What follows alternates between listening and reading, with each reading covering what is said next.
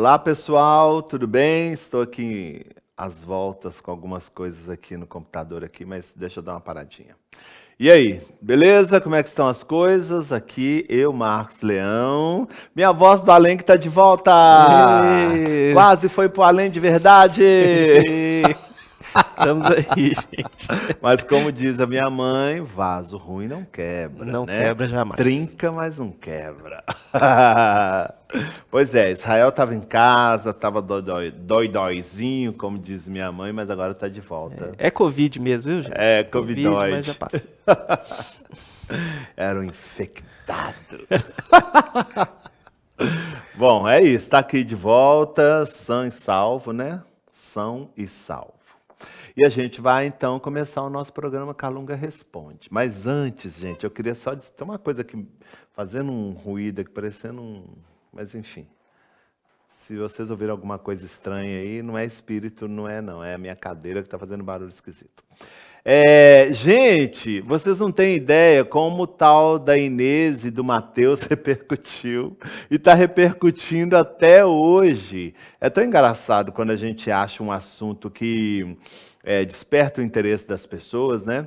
Pois bem, eu fiz aquela apresentação, no primeiro momento aquela confusão toda, matei o Matheus e disse que era para enterrar a Inês, enfim. E no final alguém me esclareceu e eu trouxe as informações aqui exatas de como aqueles ditados apareceram, como eles foram sendo distorcidos por nós no decorrer do tempo, trouxe vários outros, enfim, maravilha. Se vocês quiserem ver essa série, tá aí, acho que é a partir do Calunga 112, 113, 14, por aí. Pois bem, e aí eu fui para São Paulo para minha primeira aula presencial do colegiado de Guardiões da Humanidade de São Paulo. E aí lá, tô fazendo a aula, aquela coisa toda, e não é que no intervalo, um dos estudantes lá do colegiado de Guardiões falou: Marcos, olha o que eu trouxe para você ver. E ele colocou assim, para eu ver de uma maneira muito ostensiva, porque como eu sou folgado, é óbvio que eu não ia só querer ver, eu queria tomar posse do livro. Não era nada mais, nada menos, gente, do que um exemplar do livro Mensagens de Inês de Castro. Um trabalho que tem uma parceria com o Chico Xavier. Eu digo parceria porque grande parte dele foi apresentado pelo autor do livro, que se chama Caio, e o sobrenome é meio complicado, que eu não me lembro agora, que é a reencarnação de Dom Pedro I, aquele Dom Pedro I que eu contei na história, e o Chico Xavier, então, psicografa cartas do espírito da Inês de Castro, e aí forma esse livro que chama Mensagens de Inês de Castro. E eu chegando a Belo Horizonte, eu fui procurar aqui nas livrarias espíritas aqui de Belo Horizonte, não encontrei. Em breve eu vou ver se eu consigo comprar isso pela internet. Mas o fato é que eu achei tão interessante, porque nesse livro tem muito mais coisas, né, do que aquelas que eu relatei, porque tinha que ser breve, era só mesmo para ser uma coisa ilustrativa. Então eu fiquei muito feliz com isso, e é interessante como que as coisas vão se desenrolando, né? Uma simples confusão que eu fiz com dois provérbios, né, dois ditados populares, que alguém elucidou para mim, falou: Marcos, não é isso, mas é isso. E aí fui pesquisar e nem eu nem essa pessoa estávamos corretos com aquilo que a gente trouxe. E eu achei que tinha parado por aí, mas não. Lá em São Paulo, agora, há uns dias atrás, ao livro Mensagens de Inês de Castro sendo apresentados para mim. Eu vou comprar. E quando chegar, eu vou mostrar para vocês aqui o livro e vou até ler uns trechinhos, porque eu estou curioso para saber o que Inês de Castro contou para o Chico Xavier. Né? Tem algumas informações inéditas, e tem também lá o Dom Pedro, e tem o Afonso, está todo mundo lá nesse livro, então, assim que eu conseguir, eu vou trazer para vocês, tá? Então, vocês fiquem atentos aí, que eu não vou dizer em qual Calunga Responde esse negócio vai acontecer não, mas que vai acontecer. Então assistam todos, para que vocês não percam isso, tá? E aí, tem uns recadinhos aqui, ainda sobre esse assunto, que eu queria mostrar para vocês. tem uma pessoa que mora em Coimbra, lá em Portugal. E ela fala assim, olha, olá Marcos, não, essa aqui ela fala do ditado, não é esse não, deixa eu ver se eu acho aqui para vocês, antes de passar a palavra para o Calunga. Ela fala que mora em Coimbra e diz que quando eu for, se porventura eu for a Portugal, eu devo visitar um museu, alguma coisa assim, parará, parará, parará, Terezinha, quadros, nossa, tem tanta coisa aqui. Miriam, gente, só porque eu quero, sumiu. Aqui, ó, Fernanda. Aqui, sou natural de Coimbra.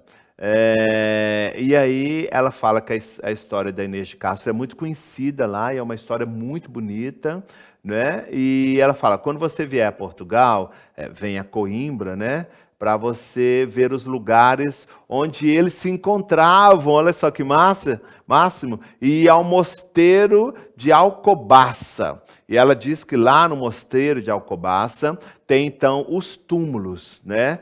Tanto e obras de arte, aquelas coisas todas da época, mas os túmulos de Dom Pedro I e de Inês de Castro. E ela diz que é uma coisa linda, que vale a pena conhecer. É a Fernanda, lá de Coimbra. Muito legal. Tá bom? Então é isso.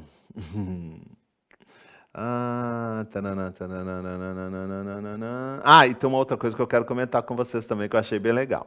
Não sei em que momento eu disse isso, mas eu falo tanta coisa. Aí teve uma moça chamada Teresa Boiás. Boa tarde a todos. Marcos, aqui onde eu moro é assim, porque eu falei assim que tem determinadas casas espíritas que trancam, literalmente não, né, gente? Metáfora que eu fiz. Trancam os espíritos dentro do armário e de vez em quando abre esse armário para os espíritos saírem e falarem. E aí ela fala assim, aqui é assim, os espíritos são guardados dentro de armários e eles são também de propriedade de um só médium. Tereza, conheço isso também. Nossa, como eu conheço. O espírito só se manifesta através daquele médium, né? E até uma vez eu brinquei assim, morreu o médium, morreu o espírito. Acabou, né? E se alguém recebe, meu filho, vai para aquele caderninho preto que geralmente fica na porta do centro espírita, que é o caderninho de oração, que está obsidiado, né? E ela fala assim, ou seja, só pode incorporar naquele médium, e se ele se manifestar em outra pessoa, é chamado de obsessor. Charlatanismo e muitos outros nomes complicados. E é verdade, Tereza, ainda infelizmente a gente tem isso, né? Médiuns que acham que o espírito é de propriedade dele. Quando não é o médium, são as pessoas. Quantas e quantas vezes eu já recebi perguntas aqui assim, esse Calunga é o mesmo que se manifestava através do Luiz Antônio Gasparetto? É um monte, vocês não têm ideia. E a gente consegue elaborar assim o sentido da pergunta, assim, o que está por trás daquela pergunta. Algumas pessoas queriam saber mesmo por curiosidade. Outras, já que na pergunta já estava inserida assim, mas como? Como se o Calunga fosse propriedade de qualquer outro médium que existiu ou existe aqui na dimensão física. E ele mesmo, uma vez Calunga virou para mim assim, que não tinha, já estava de perispírito cheio, para não dizer outra coisa, falou, fala para esse povo aí que médium não tem atestado de propriedade de espírito, não. O espírito fala com quem quiser, onde quiser, na hora que quiser, porque uma das coisas que a gente tem é liberdade. Então, Tereza, infelizmente isso ainda acontece em grande parte das nossas cidades, dos movimentos espíritas. Médium que se acha dono de espírito, né? Só se manifesta através dele. E isso entre os espíritos que parecem igrejas, né? Porque os espíritos só saem em datas comemorativas, assim. Parece que recebe aquele induto, sabe? Induto de Natal, induto de aniversário da casa, induto do aniversário do dirigente. Enquanto isso, não, estão presos, guardados lá, porque, enfim, vai entender. Falei demais, né, gente? É porque me deram corda. Então é isso, vamos nos preparar aqui para receber o verdadeiro dono desse programa, que já deve estar por aí. Não saia daí não, que a gente já retorna, viu?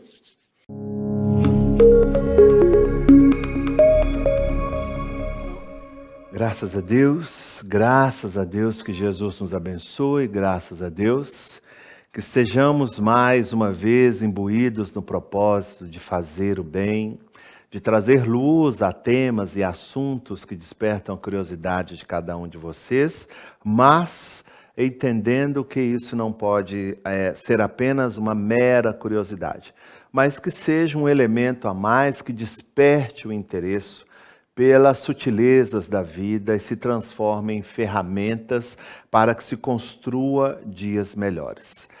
Curiosidade por curiosidade só nos leva a circunstâncias cada vez mais inapropriadas para desenvolver as características, né, ou os atributos da alma. Curiosidade imbuída com o desejo de proporcionar conhecimento e sabedoria certamente nos favorecem, estejamos em que ambientação de vida estivermos, na dimensão física, onde vocês estiverem, e na dimensão espiritual, onde eu me encontro. Levando em consideração que não há situação melhor ou pior, mais confortável ou desconfortável. Isso não existe. O que existe é o estado de alma do indivíduo.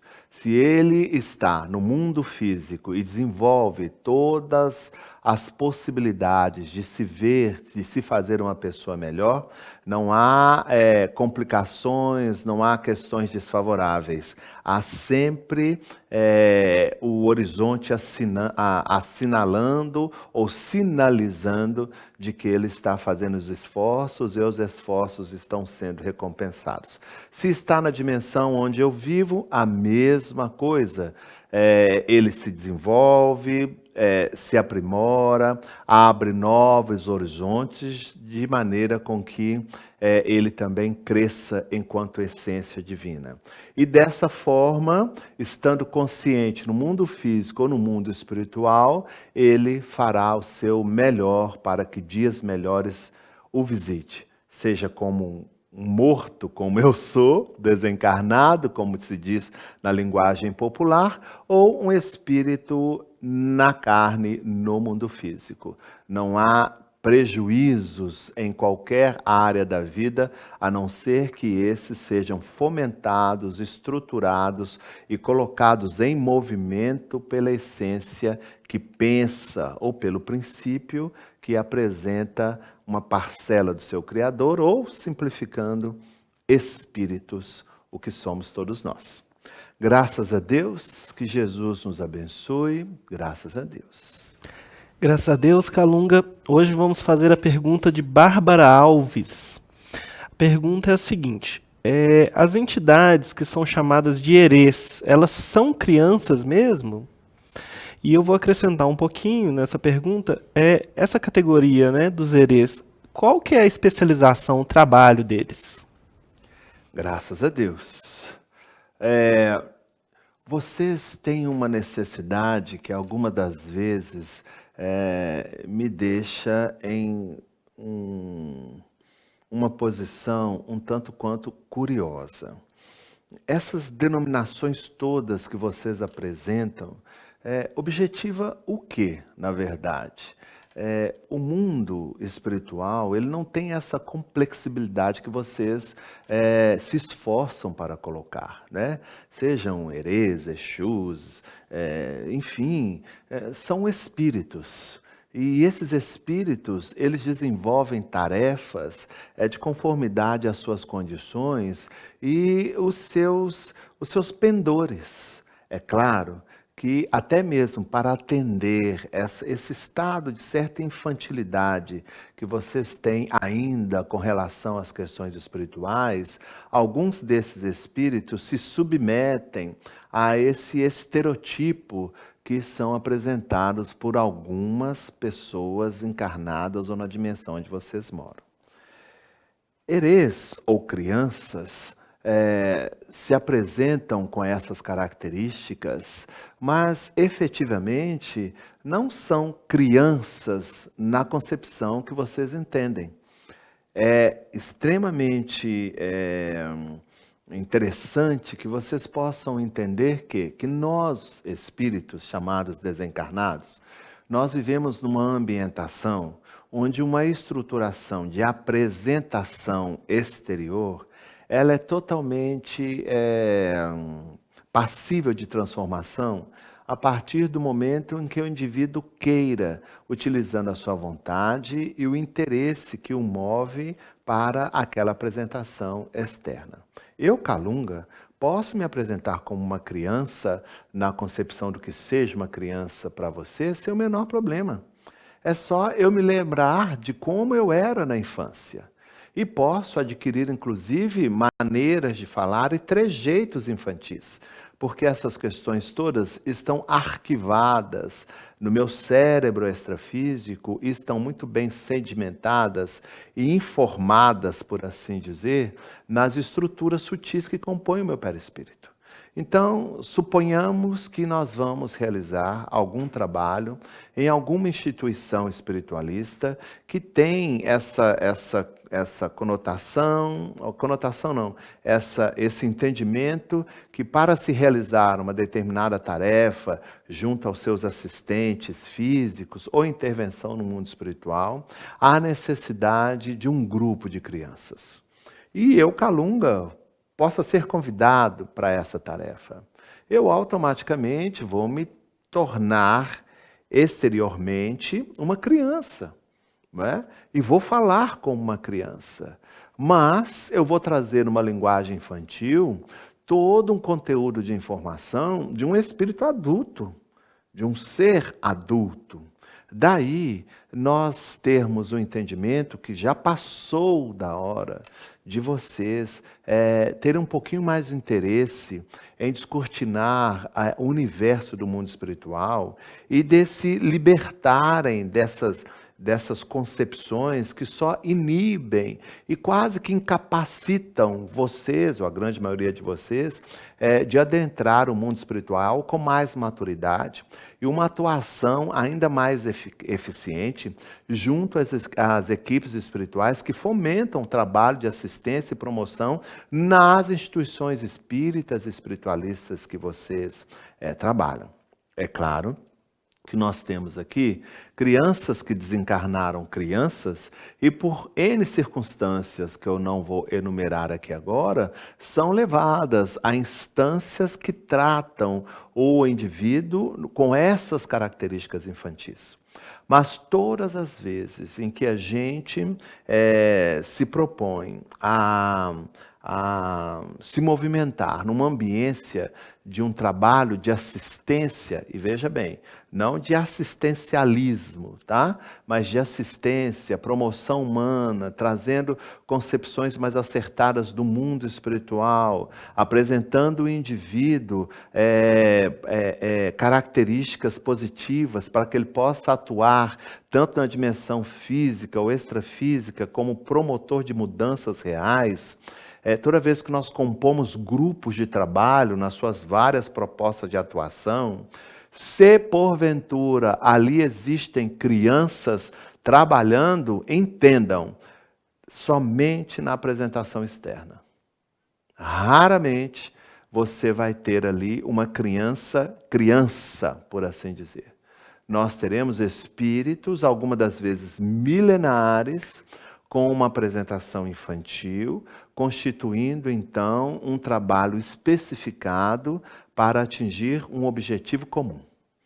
Então é bom que vocês alarguem os seus horizontes, se desprendam de rótulos, porque a espiritualidade há muito já se desprendeu disso, e se porventura alguns espíritos se apresentam com determinadas características, não é em função do que verdadeiramente faça parte do seu perfil e da sua personalidade cotidiana. Mas é para atender de uma maneira mais especificada e de uma maneira mais eficiente as crenças, né, os pendores, o estado de mente conformada, alicerçada em conceitos inflexíveis, coisa que o mundo espiritual não é. E dessa forma, possa entender-se, inclusive, parceiros dessas entidades. Não estou dizendo, eu, Calunga, que essas concepções estejam equivocadas, erradas, longe de mim, mas elas, se há algo que eu possa dizer sem a menor possibilidade de erro, elas estreitam muito a capacidade de trabalho e de atuação de quem quer que seja no mundo espiritual. Elas limitam demais a expectativa de uma atuação mais feliz nas dimensões espirituais. Elas criam determinadas barreiras totalmente desnecessárias, consciencialmente, para que o indivíduo, projetado ou não, ou sendo utilizado por essas inteligências da minha dimensão, elas perdem muito daquilo que elas possam realizar. E repito, não quer dizer que isso esteja certo ou errado, mas posso afirmar, eu, Calunga, que é um dos elementos mais limitadores da capacidade de atuação que porventura quem quer que seja, tá? Então, é isso. Herês são crianças, sim, mas somente na sua apresentação exterior. Quando as propostas de trabalho com relação ao mundo físico terminam, ou o intercâmbio mediúnico terminam, podem ter certeza que a grande maioria deles, para não dizer todos, retomam a sua forma e a sua atuação como seres humanos adultos, homens e mulheres adultos. E quando se apresentam aí como Mariazinha, como Joãozinho, aquela coisa toda, na grande maioria das vezes é para atender esse estado ainda infantil, imaturo, que alguns médiuns, dirigentes de casas espíritas e espiritualistas têm com relação ao mundo espiritual. Que Jesus nos abençoe, graças a Deus.